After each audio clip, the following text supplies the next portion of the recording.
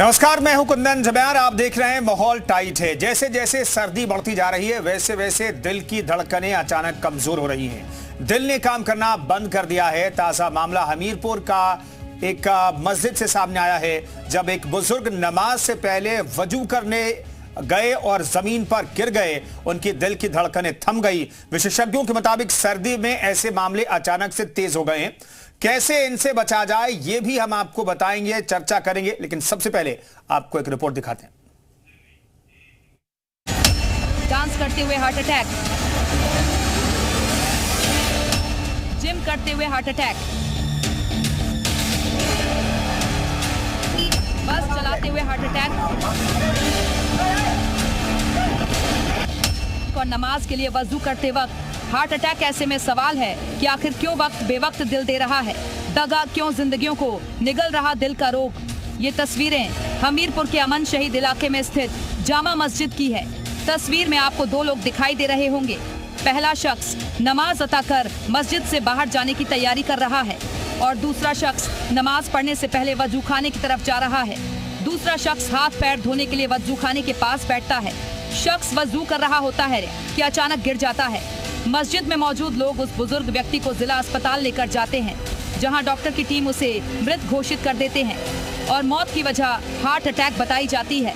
Heart attack से बुजुर्ग की मौत की यह घटना सीसीटीवी में कैद हो जाती है। सर्दियों के मौसम में हृदय संबंधी समस्याओं का जोखिम अधिक होता है।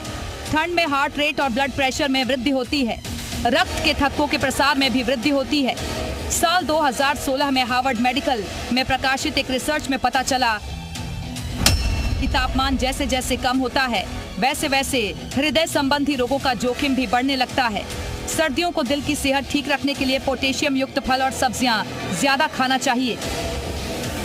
ऐसे में इस बात का पता होना बेहद जरूरी हो जाता है कि सर्दी में हार्ट अटैक से बचने के लिए क्या क्या किया जा सकता है।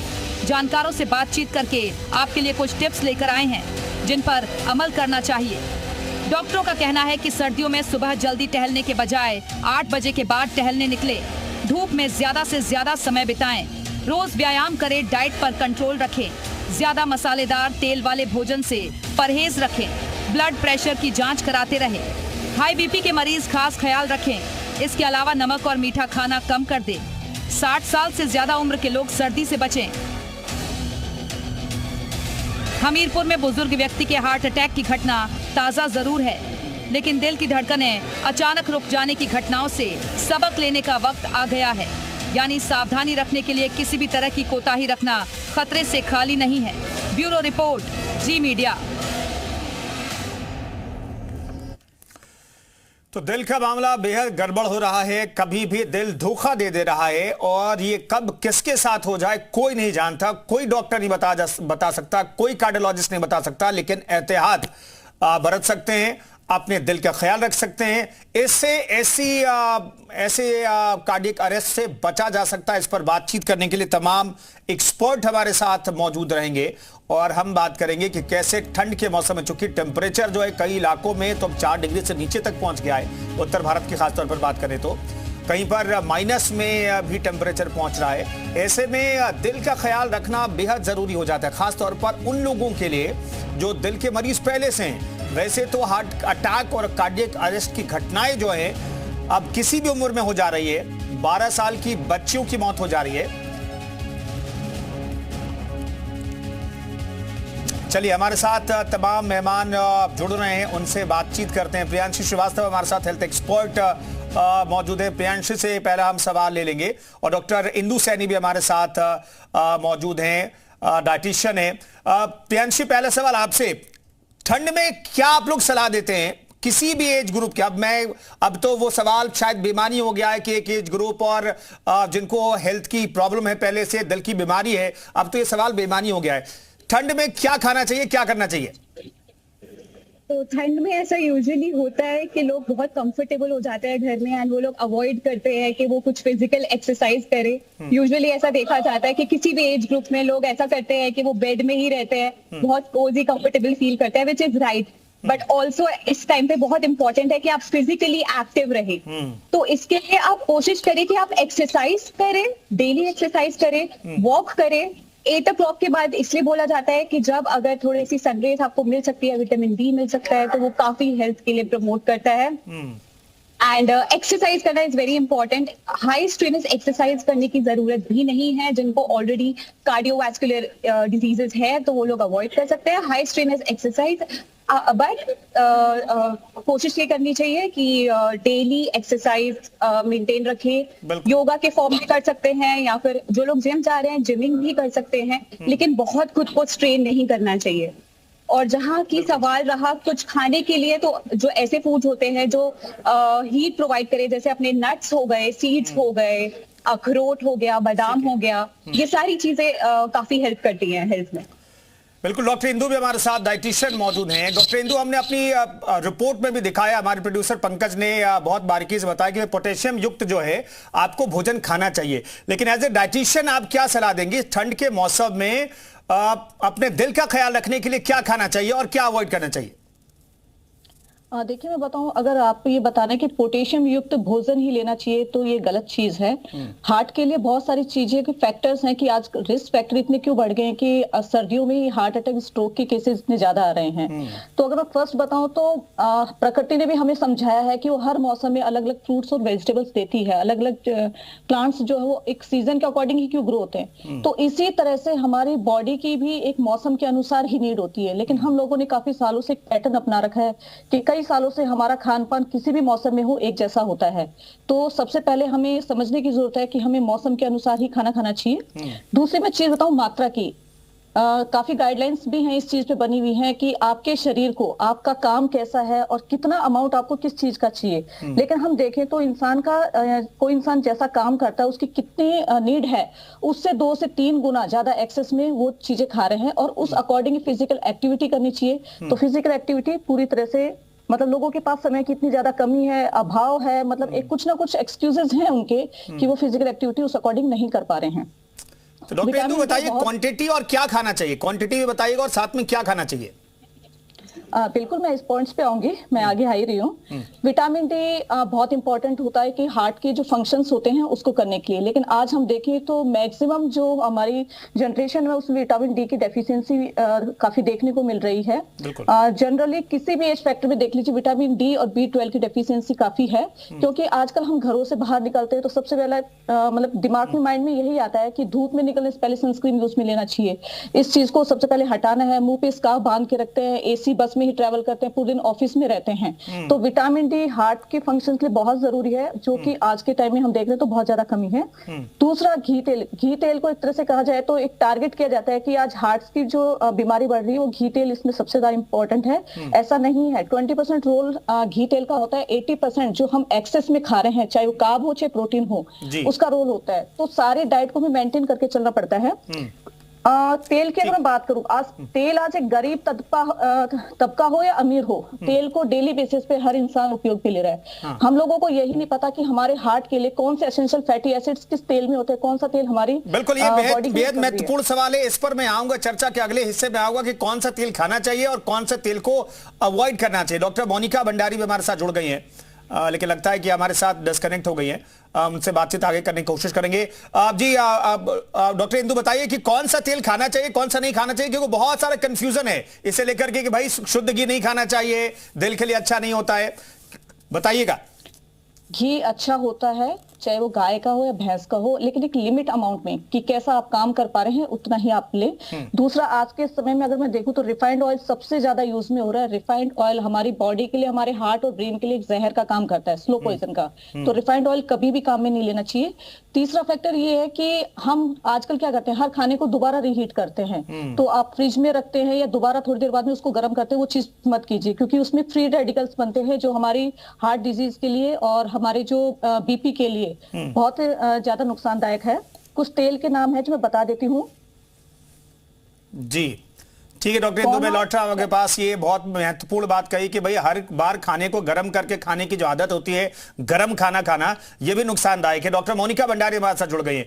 डॉक्टर मोनिका, ठंड का मौसम आ चुका है और कई ऐसे मामले सामने आ चुके हैं। हालांकि अब मौसम से ऊपर भी ये कार्डियक अरेस्ट निकल गया, एज लिमिट से तो पहले निकल गया था। गर्मियों में भी बहुत लोगों को देखा जो हर रोज जिम में जाते हैं, वो जिम में गिर जा रहे हैं, उनकी मौत हो जा रही है। आखिर कोई साइन, कोई सिम्टम दिखाई देता है, फील होता है या नहीं दिखाई देता है, और कैसे अपने दिल का ख्याल रखें डॉक्टर मोनिका?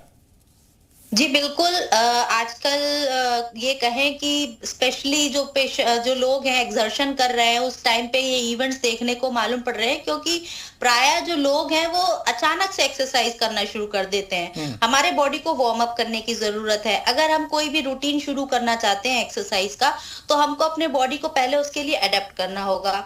हमें अपने बॉडी फिटनेस है या नहीं ये जानना होगा। प्राय उस टाइम पे ही हमको मालूम पड़ता है कि हमें कोई डिजीज थी।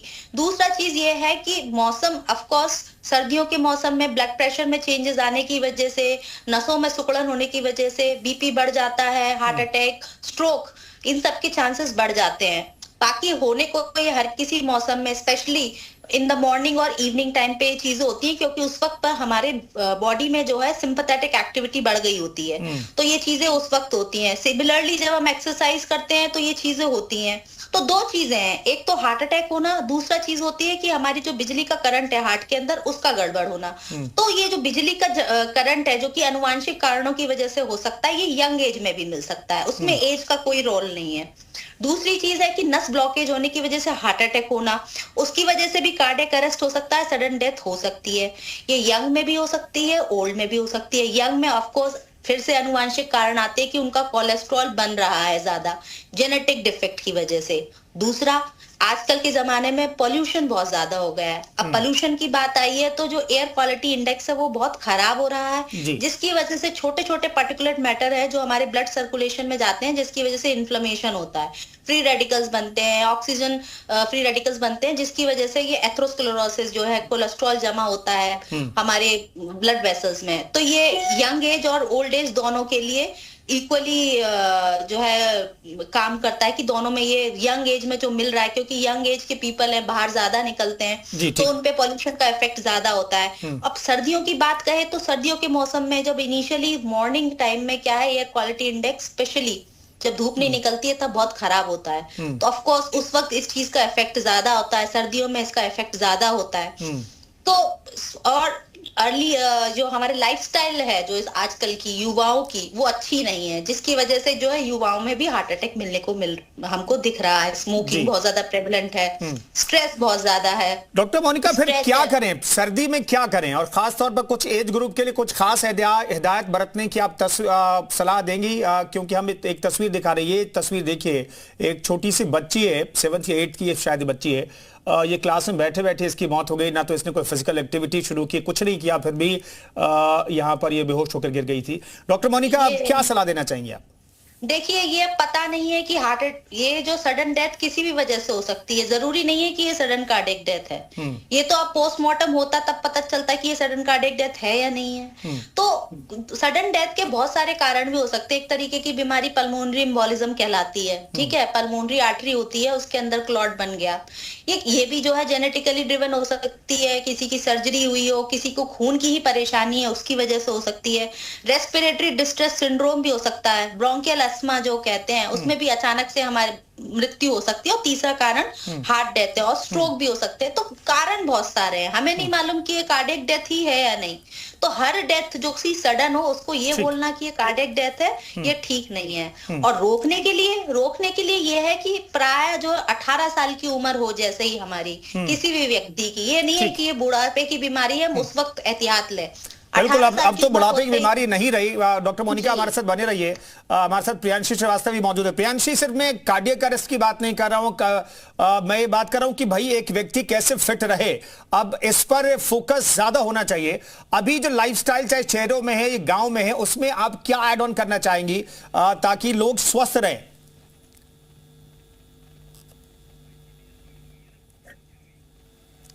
चलिए, हमारे साथ क्षितिजा सिंह भी जुड़ गई हैं, उनसे हम बातचीत करते हैं। योगा एक्सपर्ट हैं आप। क्षितिजा, खुद को स्वस्थ रखने के लिए योग बहुत महत्वपूर्ण है, लेकिन योग से उतने लोग अभी नहीं जुड़े जितने की गुंजाइश दिखाई देती है और जुड़ना चाहिए। ऐसे में क्या सलाह देना चाहेंगी आप? कार्डियक अरेस्ट की बात हो या खुद को फिट रखने की बात हो, तो योग इसमें कितना अहम रोल निभा सकता है? जी, thank you for the question. धन्यवाद आपका सवाल के लिए। और योग इसमें बहुत महत्वपूर्ण रोल निभाता है।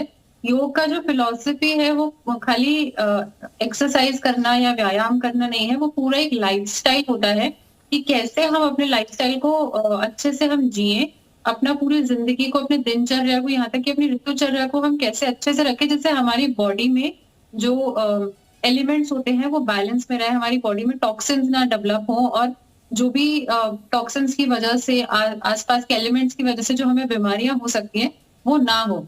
तो योग से आप ट्रीटमेंट भी कर सकते हैं और प्रिवेंशन के लिए भी बहुत अच्छा है। जैसे आजकल यूथ में ही हम देखते हैं इतना सारा स्ट्रेस होता है लोगों में, बिल्कुल, और हम जानते हैं स्ट्रेस एक बहुत बड़ा कारण है। बिल्कुल, योगा बहुत जरूरी है। और तमाम एक्सपर्ट्स का बहुत बहुत धन्यवाद। तो दिल का ख्याल रखिए, और खासतौर पर ठंड के मौसम में तो अपने दिल का बहुत ज्यादा ख्याल रखिए, और हमारे एक्सपर्ट ने जो सलाह दी है उसे जरूर याद रखिएगा और उसे फॉलो कीजिएगा। फिलहाल इस खास पेशकश में इतना ही, रुकेंगे एक छोटे से ब्रेक के लिए।